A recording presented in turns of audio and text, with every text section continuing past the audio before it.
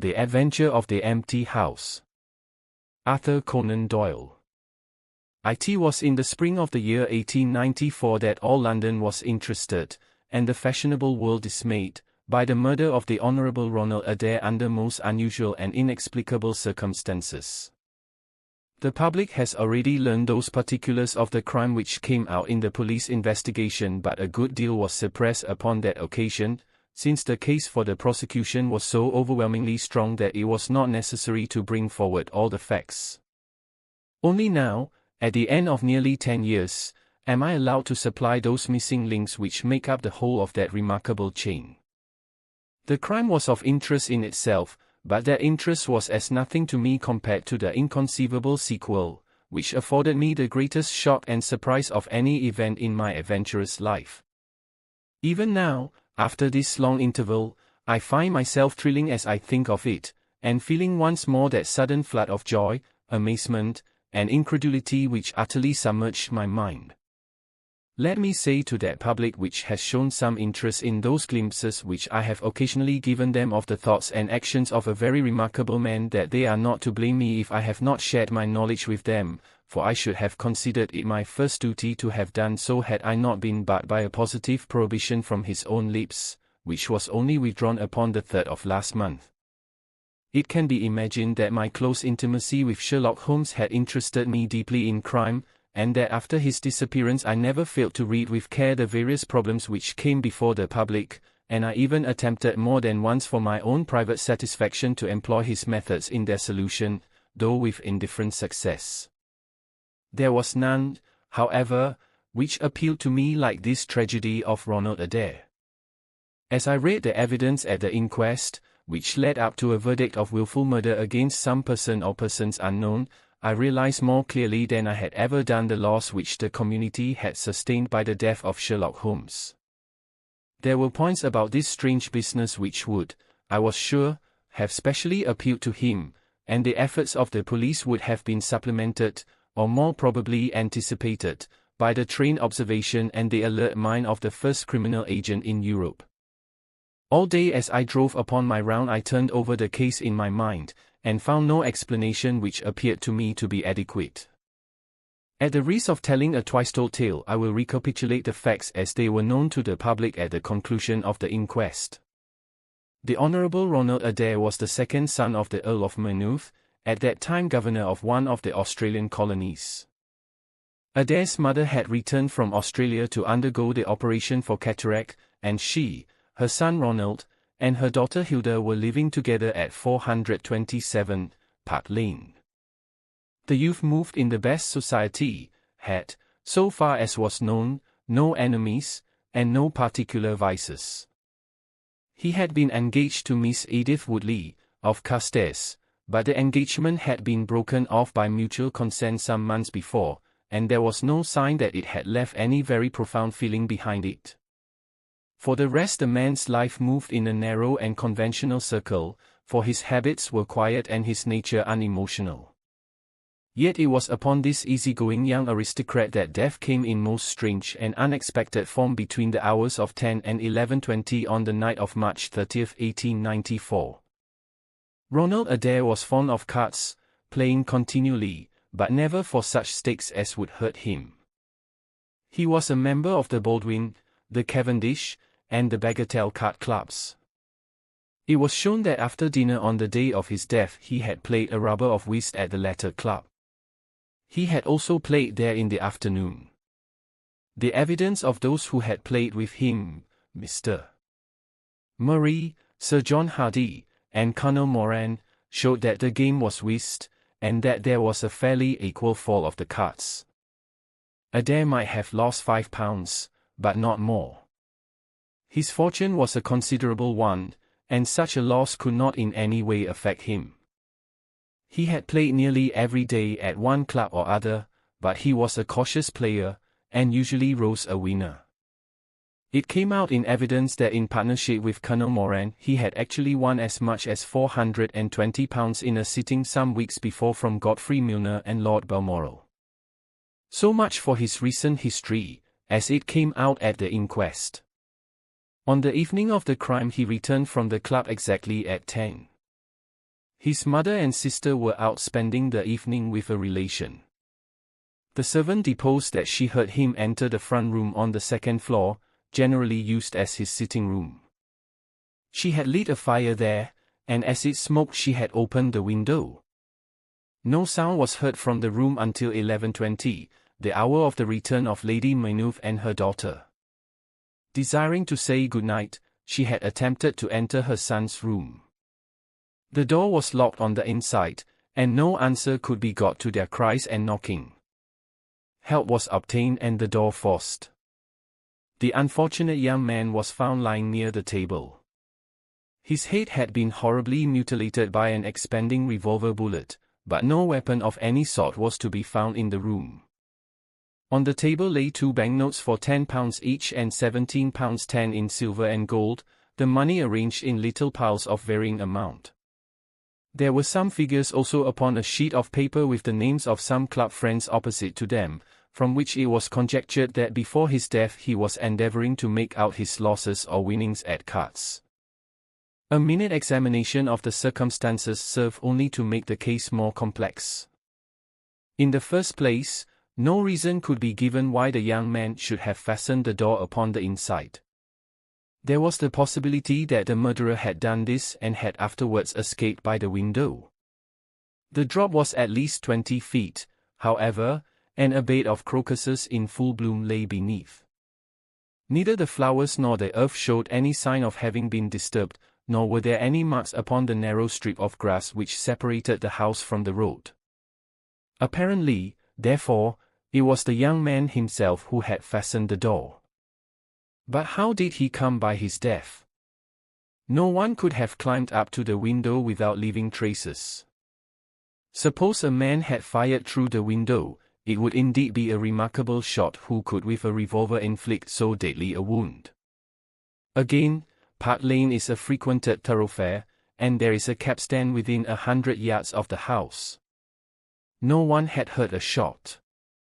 And yet there was the dead man, and there the revolver bullet, which had mushroomed out, as soft-nosed bullets will, and so inflicted a wound which must have caused instantaneous death.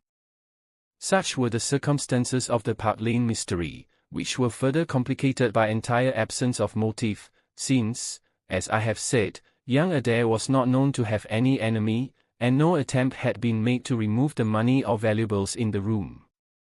All day I turned these facts over in my mind, endeavouring to hit upon some theory which could reconcile them all, and to find that line of least resistance which my poor friend had declared to be the starting point of every investigation. I confess that I made little progress. In the evening I strolled across the park, and found myself about 6 o'clock at the Oxford Street end of Park Lane. A group of loafers upon the pavements, all staring up at a particular window, directed me to the house which I had come to see. A tall, thin man with coloured glasses, whom I strongly suspected of being a plainclothes detective, was pointing out some theory of his own, while the others crowded round to listen to what he said. I got as near him as I could, but his observations seemed to me to be absurd, so I withdrew again in some disgust. As I did so I struck against an elderly deformed man, who had been behind me, and I knocked down several books which he was carrying. I remember that as I picked them up I observed the title of one of them, The Origin of Tree Worship, and it struck me that the fellow must be some poor bibliophile who, either as a trade or as a hobby, was a collector of obscure volumes. I endeavoured to apologize for the accident, but it was evident that these books which I had so unfortunately maltreated were very precious objects in the eyes of their owner. With a snarl of contempt he turned upon his heel, and I saw his curved back and white side whiskers disappear among the throng. My observations of No. 427, Park Lane did little to clear up the problem in which I was interested. The house was separated from the street by a low wall and railing, the whole not more than 5 feet high. It was perfectly easy, therefore, for anyone to get into the garden, but the window was entirely inaccessible, since there was no water pipe or anything which could help the most active man to climb it. More puzzled than ever I retraced my steps to Kensington. I had not been in my study 5 minutes when the maid entered to say that a person desired to see me. To my astonishment, it was none other than my strange old book collector, his sharp, wizened face peering out from a frame of white hair, and his precious volumes, a dozen of them at least, wedged under his right arm. "You're surprised to see me, sir," said he, in a strange, croaking voice. I acknowledged that I was. "Well, I've a conscience, sir, and when I chanced to see you go into this house, as I came hobbling after you, I thought to myself, I'll just step in and see that kind gentleman, and tell him that if I was a bit gruff in my manner there was not any harm meant, and that I am much obliged to him for picking up my books." "You make too much of a trifle," said I. "May I ask how you knew who I was?" "Well, sir, if it isn't too great a liberty, I'm a neighbor of yours, for you'll find my little bookshop at the corner of Church Street, and very happy to see you, I am sure. Maybe you collect yourself, Sir. Here's British Birds, and Catullus, and the Holy War, a bargain every one of them. With 5 volumes you could just fill that gap on that second shelf. It looks untidy, does it not, sir?" I moved my head to look at the cabinet behind me. When I turned again, Sherlock Holmes was standing smiling at me across my study table. I rose to my feet, stared at him for some seconds in utter amazement, and then it appears that I must have fainted for the first and the last time in my life. Certainly a grey mist swirled before my eyes, and when it cleared I found my collar ends undone and the tingling aftertaste of brandy upon my lips. Holmes was bending over my chair, his flask in his hand. "My dear Watson," said the well-remembered voice, "I owe you 1,000 apologies. I had no idea that you would be so affected." I gripped him by the arm. "Holmes," I cried. "Is it really you? Can it indeed be that you are alive? Is it possible that you succeeded in climbing out of that awful abyss?" "Wait a moment," said he. "Are you sure that you are really fit to discuss things? I have given you a serious shock by my unnecessarily dramatic reappearance." "I am all right, but indeed, Holmes, I can hardly believe my eyes. Good heavens, to think that you of all men, should be standing in my study." Again I gripped him by the sleeve and felt the thin, sinewy arm beneath it. "Well, you're not a spirit, anyhow," said I.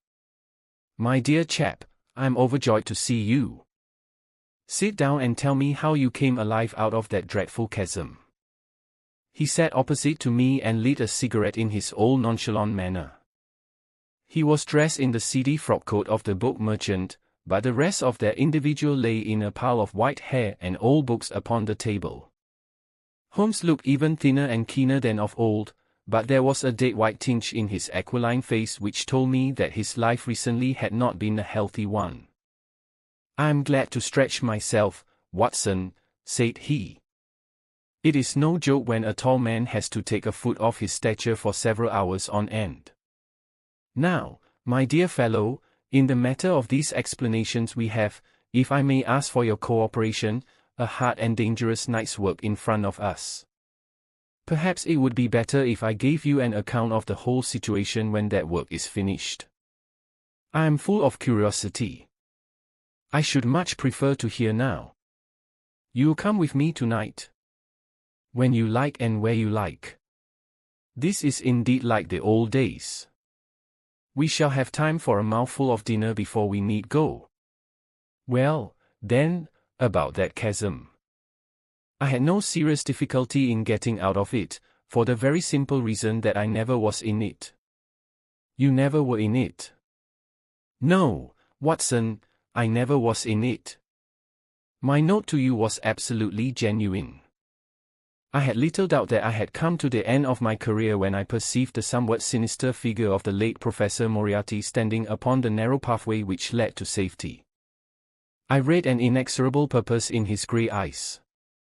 I exchanged some remarks with him, therefore, and obtained his courteous permission to write the short note which you afterwards received. I left it with my cigarette box and my stick and I walked along the pathway, Moriarty still at my heels. When I reached the end I stood at bay.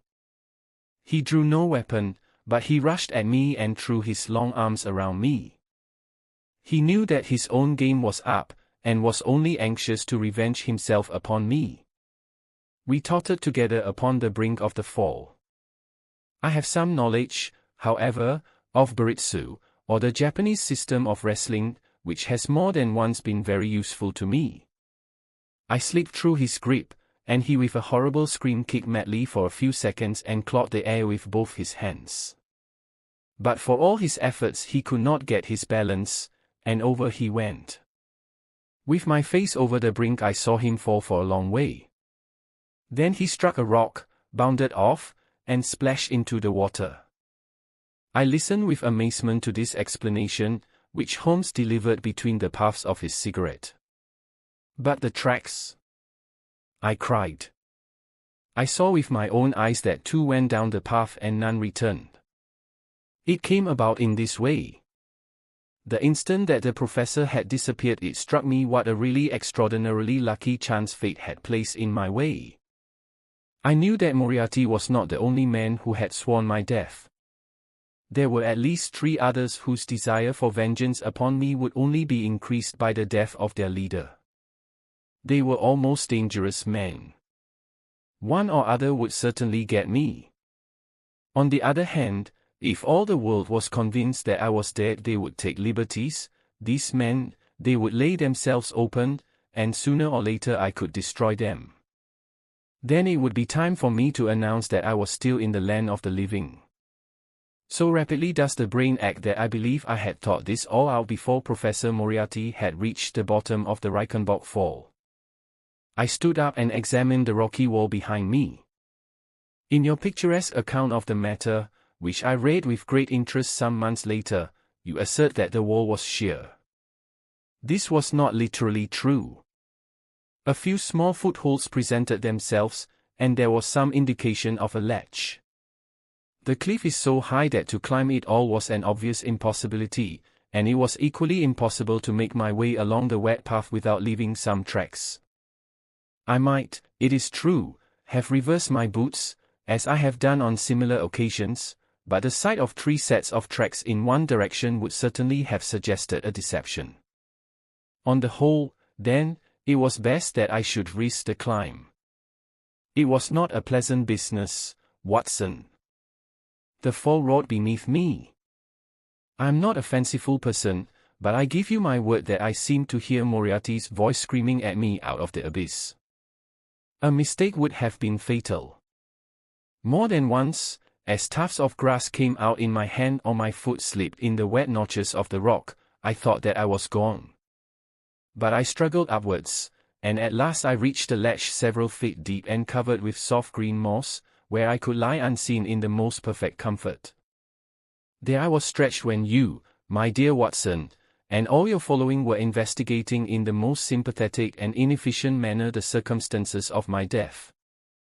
At last, when you had all formed your inevitable and totally erroneous conclusions, you departed for the hotel and I was left alone. I had imagined that I had reached the end of my adventures, but a very unexpected occurrence showed me that there were surprises still in store for me. A huge rock, falling from above, boomed past me, struck the path, and bounded over into the chasm. For an instant I thought that it was an accident, but a moment later, looking up, I saw a man's head against the darkening sky, and another stone struck the very ledge upon which I was stretched, within a foot of my head. Of course, the meaning of this was obvious. Moriarty had not been alone. A confederate, and even that one glance had told me how dangerous a man that confederate was, had kept guard while the professor had attacked me. From a distance, unseen by me, he had been a witness of his friend's death and of my escape. He had waited, and then, making his way round to the top of the cliff, he had endeavored to succeed where his comrade had failed. I did not take long to think about it, Watson. Again I saw that grim face look over the cliff, and I knew that it was the precursor of another stone. I scrambled down onto the path. I don't think I could have done it in cold blood. It was 100 times more difficult than getting up. But I had no time to think of the danger, for another stone sang past me as I hung by my hands from the edge of the ledge. Halfway down I slipped, but by the blessing of God I landed, torn and bleeding, upon the path. I took to my heels, did 10 miles over the mountains in the darkness, and a week later I found myself in Florence with the certainty that no one in the world knew what had become of me. I had only one confidant, my brother Mycroft. I owe you many apologies, my dear Watson, but it was all important that it should be thought I was dead, and it is quite certain that you would not have written so convincing an account of my unhappy end had you not yourself thought that it was true. Several times during the last 3 years I have taken up my pen to write to you, but always I feared lest your affectionate regard for me should tempt you to some indiscretion which would betray my secret.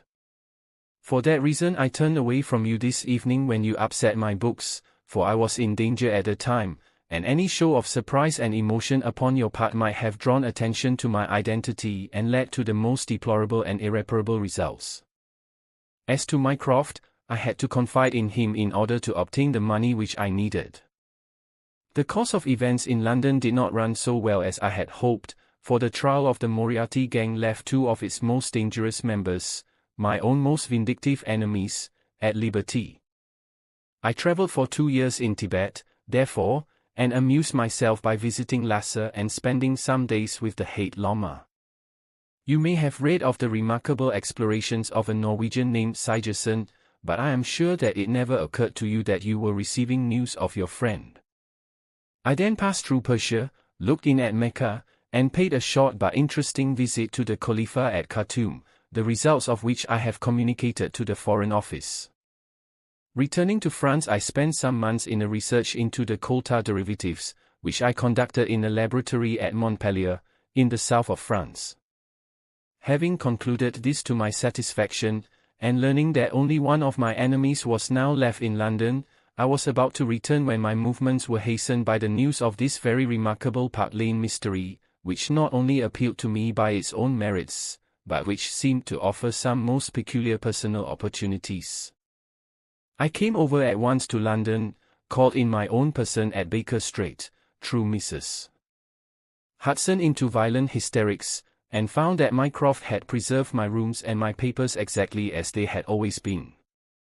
So it was, my dear Watson, that at 2 o'clock today I found myself in my old armchair in my own old room, and only wishing that I could have seen my old friend Watson in the other chair which he has so often adorned.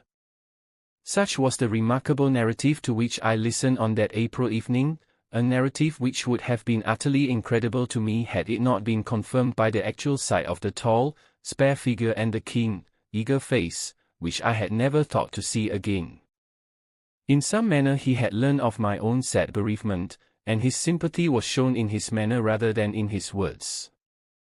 "Work is the best antidote to sorrow, my dear Watson," said he, "and I have a piece of work for us both tonight which, if we can bring it to a successful conclusion, will in itself justify a man's life on this planet."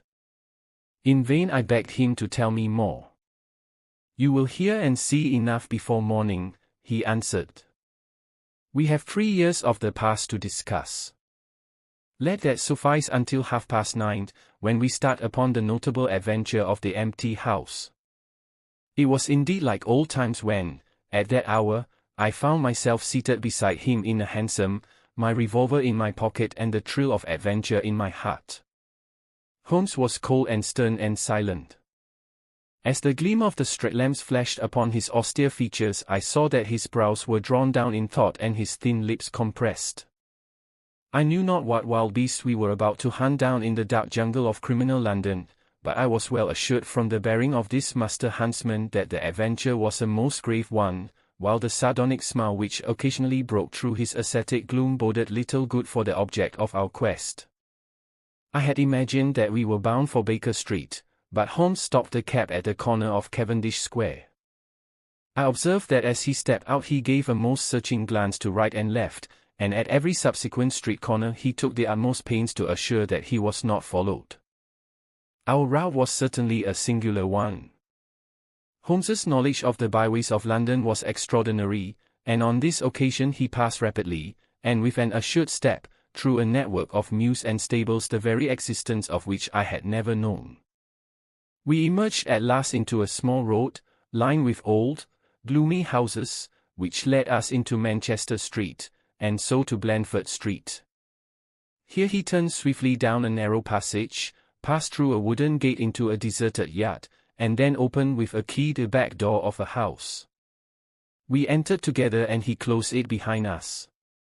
The place was pitch dark, but it was evident to me that it was an empty house.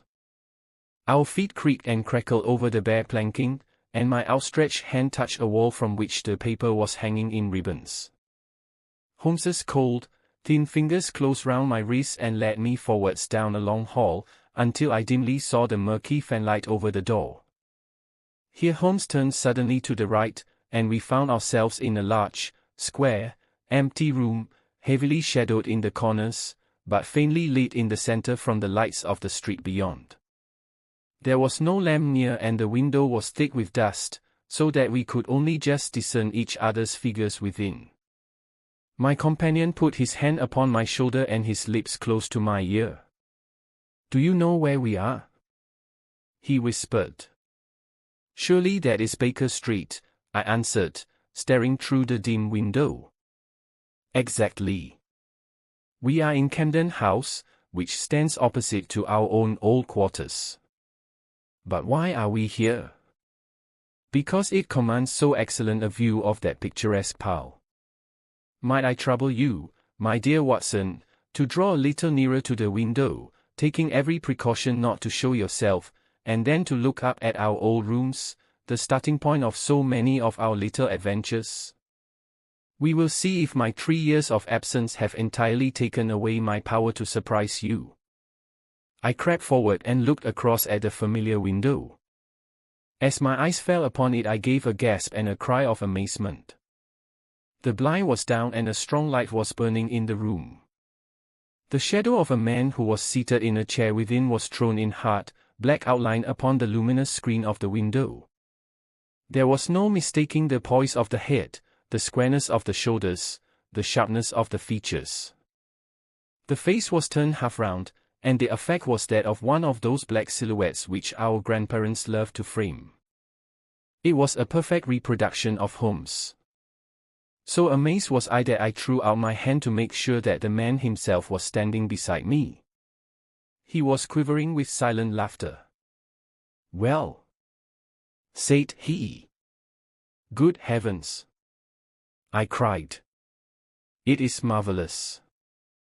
I trust that age doth not wither nor custom stale my infinite variety," said he, and I recognized in his voice the joy and pride which the artist takes in his own creation. "It really is rather like me, is it not? I should be prepared to swear that it was you. The credit of the execution is due to Monsieur Oscar Manier, of Grenoble, who spent some days in doing the molding. It is a bust in wax. The rest I arranged myself during my visit to Baker Street this afternoon." "But why?" "Because, my dear Watson, I had the strongest possible reason for wishing certain people to think that I was there when I was really elsewhere." "And you thought the rooms were watched?" "I knew that they were watched." "By whom?" "By my old enemies, Watson. By the charming society whose leader lies in the Reichenbach Fall. You must remember that they knew, and only they knew, that I was still alive. Sooner or later they believed that I should come back to my rooms. They watched them continuously, and this morning they saw me arrive." "How do you know?" "Because I recognized their sentinel when I glanced out of my window. He is a harmless enough fellow, Parker by name, a garroter by trade, and a remarkable performer upon the Jew's harp. I cared nothing for him. But I cared a great deal for the much more formidable person who was behind him, the bosom friend of Moriarty, the man who dropped the rocks over the cliff, the most cunning and dangerous criminal in London. That is the man who is after me tonight, Watson, and that is the man who is quite unaware that we are after him. My friend's plans were gradually revealing themselves. From this convenient retreat the watchers were being watched and the trackers tracked. That angular shadow up yonder was the bait and we were the hunters. In silence we stood together in the darkness and watched the hurrying figures who passed and repassed in front of us. Holmes was silent and motionless, but I could tell that he was keenly alert, and that his eyes were fixed intently upon the stream of passers-by. It was a bleak and boisterous night, and the wind whistled shrilly down the long street. Many people were moving to and fro, most of them muffled in their coats and cravats. Once or twice it seemed to me that I had seen the same figure before, and I especially noticed two men who appeared to be sheltering themselves from the wind in the doorway of a house some distance up the street. I tried to draw my companion's attention to them, but he gave a little ejaculation of impatience and continued to stare into the street. More than once he fidgeted with his feet and tapped rapidly with his fingers upon the wall. It was evident to me that he was becoming uneasy and that his plans were not working out altogether as he had hoped. At last, as midnight approached and the street gradually cleared, he paced up and down the room in uncontrollable agitation. I was about to make some remark to him when I raised my eyes to the lighted window and again experienced almost as great a surprise as before. I clutched Holmes's arm and pointed upwards. "The shadow has moved," I cried. It was, indeed, no longer the profile, but the back, which was turned towards us. 3 years had certainly not smoothed the asperities of his temper or his impatience with a less active intelligence than his own. "Of course it has moved," said he. "Am I such a farcical bungler, Watson, that I should erect an obvious dummy and expect that some of the sharpest men in Europe would be deceived by it? We have been in this room 2 hours, and Mrs. Hudson has made some change in that figure 8 times, or once in every quarter of an hour. She works it from the front so that her shadow may never be seen. Oh!" He drew in his breath with a shrill, excited intake. In the dim light I saw his head thrown forward, his whole attitude rigid with attention. Outside, the street was absolutely deserted. Those 2 men might still be crouching in the doorway, but I could no longer see them. All was still and dark, save only that brilliant yellow screen in front of us with the black figure outlined upon its center. Again in the utter silence I heard that thin, sibilant note which spoke of intense suppressed excitement. An instant later he pulled me back into the blackest corner of the room, and I felt his warning hand upon my lips. The fingers which clutched me were quivering. Never had I known my friend more moved, and yet the dark street still stretched lonely and motionless before us. But suddenly I was aware of that which his keener senses had already distinguished.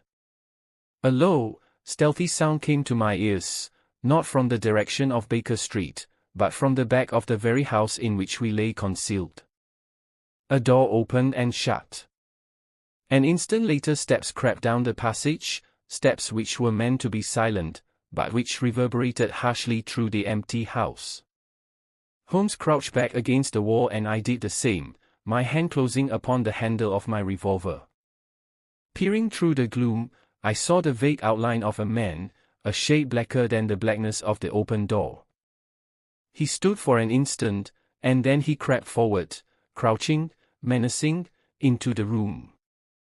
He was within 3 yards of us, this sinister figure, and I had braced myself to meet his spring, before I realized that he had no idea of our presence.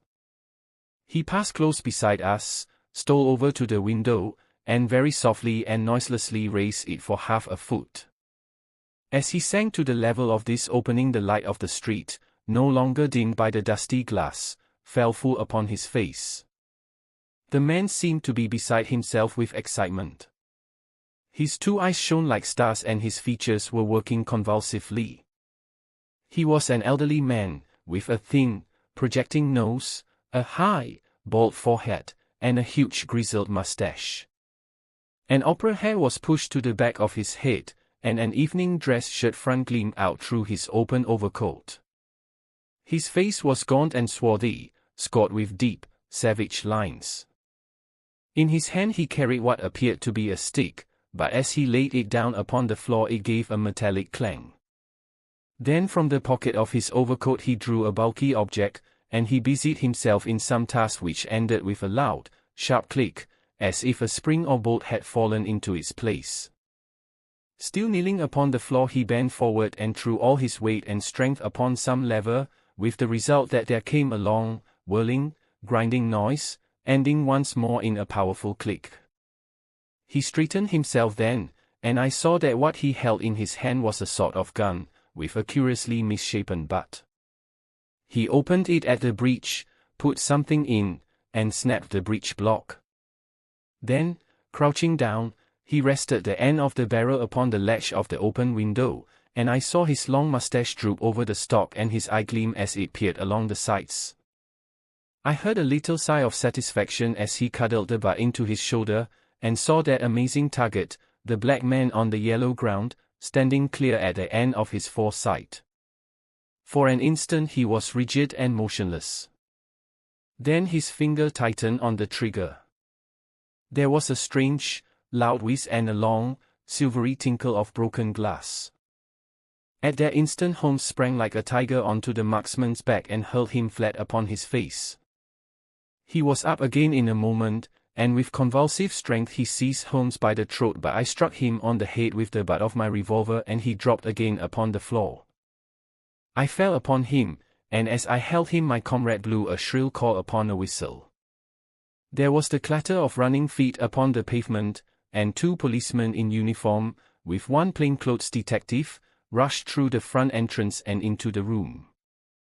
"That you, Lestrade?" said Holmes. "Yes, Mr. Holmes. I took the job myself. It's good to see you back in London, sir. I think you want a little unofficial help. 3 undetected murders in 1 year won't do, Lestrade. But you handled the Mosey mystery with less than your usual, that's to say, you handled it fairly well. We had all risen to our feet, our prisoner breathing hard, with a stalwart constable on each side of him. Already a few loiterers had begun to collect in the street. Holmes stepped up to the window, closed it, and dropped the blinds. Lestrade had produced 2 candles and the policemen had uncovered their lanterns. I was able at last to have a good look at our prisoner. It was a tremendously virile and yet sinister face which was turned towards us. With the brow of a philosopher above and the jaw of a sensualist below, the man must have started with great capacities for good or for evil. But one could not look upon his cruel blue eyes, with their drooping, cynical lids, or upon the fierce, aggressive nose and the threatening, deep-lined brow, without reading nature's plainest danger signals.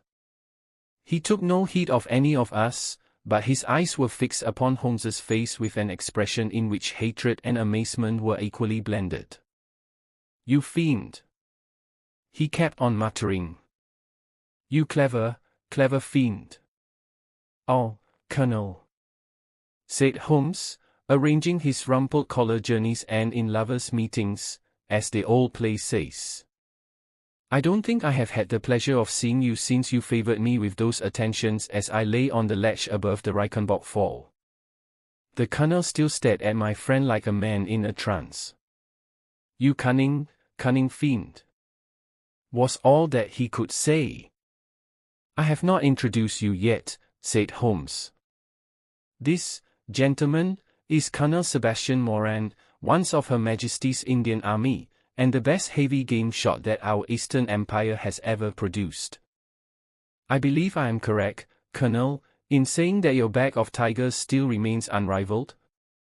The fierce old man said nothing, but still glared at my companion with his savage eyes and bristling mustache. He was wonderfully like a tiger himself. "I wonder that my very simple stratagem could deceive so old a shikari," said Holmes. "It must be very familiar to you. Have you not tethered a young kid under a tree, lain above it with your rifle, and waited for the bait to bring up your tiger?" This empty house is my tree and you are my tiger. You have possibly had other guns in reserve in case there should be several tigers, or in the unlikely supposition of your own aim failing you. These, he pointed around, are my other guns. The parallel is exact. Colonel Moran sprang forward, with a snarl of rage, but the constables dragged him back. The fury upon his face was terrible to look at. I confess that you had one small surprise for me, said Holmes. I did not anticipate that you would yourself make use of this empty house and this convenient front window. I had imagined you as operating from the street, where my friend Lestrade and his merry men were awaiting you.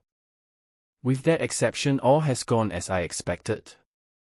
Colonel Moran turned to the official detective. You may or may not have just cause for arresting me, said he, but at least there can be no reason why I should submit to the gibes of this person. If I am in the hands of the law, let things be done in a legal way.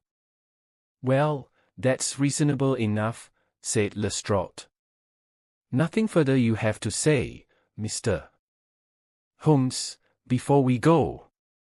Holmes had picked up the powerful airgun from the floor and was examining its mechanism. An admirable and unique weapon, said he, noiseless and of tremendous power. I knew von Herder, the blind German mechanic, who constructed it to the order of the late Professor Moriarty. For years I have been aware of its existence, though I have never before had the opportunity of handling it. I commend it very specially to your attention, Lestrade, and also the bullets which fit it. You can trust us to look after that, Mr. Holmes, said Lestrade, as the whole party moved towards the door. Anything further to say? Only to ask what charge you intend to prefer. What charge, sir? Why, of course, the attempted murder of Mr. Sherlock Holmes. Not so, Lestrade. I do not propose to appear in the matter at all. To you, and to you only, belongs the credit of the remarkable arrest which you have effected. Yes, Lestrade, I congratulate you. With your usual happy mixture of cunning and audacity you have got him. Got him. Got whom, Mr. Holmes? The man that the whole force has been seeking in vain, Colonel Sebastian Morand, who shot the Honorable Ronald Adair with an expanding bullet from an airgun through the open window of the second-floor front of No. 427, Park Lane, upon the 30th of last month. That's the charge, Lestrade. And now, Watson, if you can endure the draft from a broken window, I think that half an hour in my study over a cigar may afford you some profitable amusement. Our old chambers had been left unchanged through the supervision of Mycroft Holmes and the immediate care of Mrs. Hudson. As I entered I saw, it is true, an unwanted tidiness, but the old landmarks were all in their place. There were the chemical corner and the acid-stained, deal-top table. There upon a shelf was the row of formidable scrapbooks and books of reference which many of our fellow citizens would have been so glad to burn. The diagrams, the violin case, and the pipe rack, even the Persian sleeper which contained the tobacco, all met my eyes as I glanced round me. There were two occupants of the room, one Mrs. Hudson, who beamed upon us both as we entered, the other the strange dummy which had played so important a part in the evening's adventures. It was a wax-colored model of my friend, so admirably done that it was a perfect facsimile. It stood on a small pedestal table with an old dressing-gown of Holmes's so draped round it that the illusion from the street was absolutely perfect. I hope you preserve all precautions, Mrs. Hudson, said Holmes. I went to it on my knees, sir, just as you told me. Excellent. You carried the thing out very well. Did you observe where the bullet went? Yes, sir. I'm afraid it has spoiled your beautiful bust, for it passed right through the head and flattened itself on the wall. I picked it up from the carpet. Here it is. Holmes held it out to me. A soft revolver bullet, as you perceive, Watson. There's genius in that, for who would expect to find such a thing fired from an air gun? All right, Mrs. Hudson, I'm much obliged for your assistance. And now, Watson, let me see you in your old seat once more, for there are several points which I should like to discuss with you. He had thrown off the seedy frock coat, and now he was the Holmes of old in the mouse-collared dressing gown which he took from his effigy. The old shikaree's nerves have not lost their steadiness nor his eyes their keenness, said he, with a laugh, as he inspected the shattered forehead of his bust. Plumb in the middle of the back of the head and smack through the brain. He was the best shot in India, and I expect that there are few better in London. Have you heard the name? No, I have not. Well, such is fame. But, then, if I remember aright, you had not heard the name of Professor James Moriarty, who had one of the great brains of the century. Just give me down my index of biographies from the shelf. He turned over the pages lazily, leaning back in his chair and blowing great clouds from his cigar. My collection of M's is a fine one, said he. Moriarty himself is enough to make any letter illustrious, and here is Morgan the Poisoner, and Meridew of abominable memory, and Matthews, who knocked out my left canine in the waiting room at Charing Cross, and, finally, here is our friend of tonight. He handed over the book, and I read. Morand, Sebastian, Colonel. Unemployed. Formerly 1st Bangalore Pioneers. Born London, 1840. Son of Sir Augustus Morand, C.B., once British Minister to Persia. Educated Eton and Oxford. Served in Jawaki Campaign, Afghan Campaign, Karaziab, Dispatches, Sherpa, and Kabul. Author of Heavy Game of the Western Himalayas, 1881 3 Months in the Jungle, 1884. Address: Conduit Street. Clubs: the Anglo-Indian, the Tankerville, the Bagatelle Card Club. On the margin was written, in Holmes's precise hand, the second most dangerous man in London. This is astonishing, said I, as I handed back the volume. The man's career is that of an honorable soldier. It is true, Holmes answered. Up to a certain point he did well. He was always a man of iron nerve, and the story is still told in India how he crawled down a drain after a wounded man-eating tiger. There are some trees, Watson, which grow to a certain height and then suddenly develop some unsightly eccentricity. You will see it often in humans. I have a theory that the individual represents in his development the whole procession of his ancestors, and that such a sudden turn to good or evil stands for some strong influence which came into the line of his pedigree. The person becomes, as it were, the epitome of the history of his own family. It is surely rather fanciful. Well, I don't insist upon it. Whatever the cause, Colonel Moran began to go wrong. Without any open scandal he still made India too hot to hold him. He retired, came to London, and again acquired an evil name. It was at this time that he was sought out by Professor Moriarty, to whom for a time he was chief of the staff. Moriarty supplied him liberally with money and used him only in one or two very high-class jobs which no ordinary criminal could have undertaken. You may have some recollection of the death of Mrs.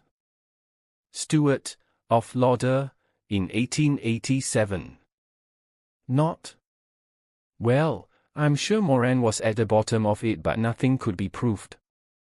So cleverly was the colonel concealed that even when the Moriarty gang was broken up we could not incriminate him.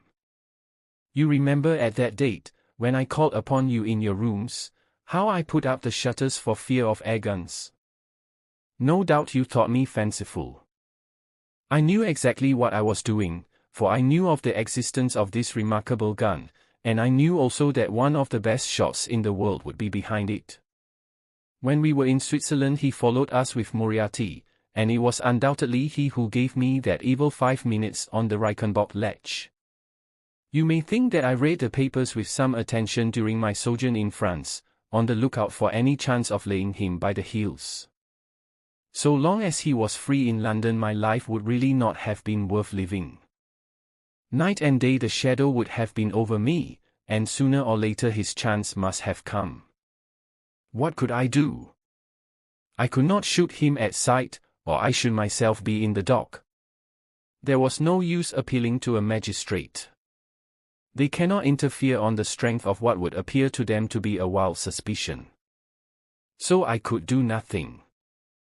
But I watched the criminal news, knowing that sooner or later I should get him. Then came the death of this Ronald Adair. My chance had come at last. Knowing what I did, was it not certain that Colonel Moran had done it? He had played cards with the lad, he had followed him home from the club, he had shot him through the open window. There was not a doubt of it. The bullets alone are enough to put his head in the news. I came over at once. I was seen by the sentinel, who would, I knew, direct the colonel's attention to my presence. He could not fail to connect my sudden return with his crime and to be terribly alarmed. I was sure that he would make an attempt to get me out of the way at once, and would bring round his murderous weapon for that purpose. I left him an excellent mark in the window, and, having warned the police that they might be needed, by the way, Watson, you spotted their presence in that doorway with unerring accuracy, I took up what seemed to me to be a judicious pose for observation, never dreaming that he would choose the same spot for his attack. Now, my dear Watson, does anything remain for me to explain? Yes, said I. You have not made it clear what was Colonel Moran's motive in murdering the Honourable Ronald Adair. Oh. My dear Watson, there we come into those realms of conjecture where the most logical mind may be at fault. Each may form his own hypothesis upon the present evidence, and yours is as likely to be correct as mine. You have formed one, then? I think that it is not difficult to explain the facts. It came out in evidence that Colonel Moran and young Adair had between them won a considerable amount of money. Now, Moran undoubtedly played foul, of that I have long been aware. I believe that on the day of the murder Adair had discovered that Moran was cheating. Very likely he had spoken to him privately, and had threatened to expose him unless he voluntarily resigned his membership of the club and promised not to play cards again. It is unlikely that a youngster like Adair would at once make a hideous scandal by exposing a well-known man so much older than himself. Probably he acted as I suggest. The exclusion from his clubs would mean ruin to Moran, who lived by his ill-gotten card gains. He therefore murdered Adair, who at the time was endeavoring to work out how much money he should himself return, since he could not profit by his partner's foul play. He locked the door lest the ladies should surprise him and insist upon knowing what he was doing with these names and coins. Will it pass? I have no doubt that you have hit upon the truth. It will be verified or disproved at the trial. Meanwhile, come what may, Colonel Moran will trouble us no more. The famous airgun of Von Herder will embellish the Scotland Yard Museum, and once again Mr. Sherlock Holmes is free to devote his life to examining those interesting little problems which the complex life of London so plentifully presents.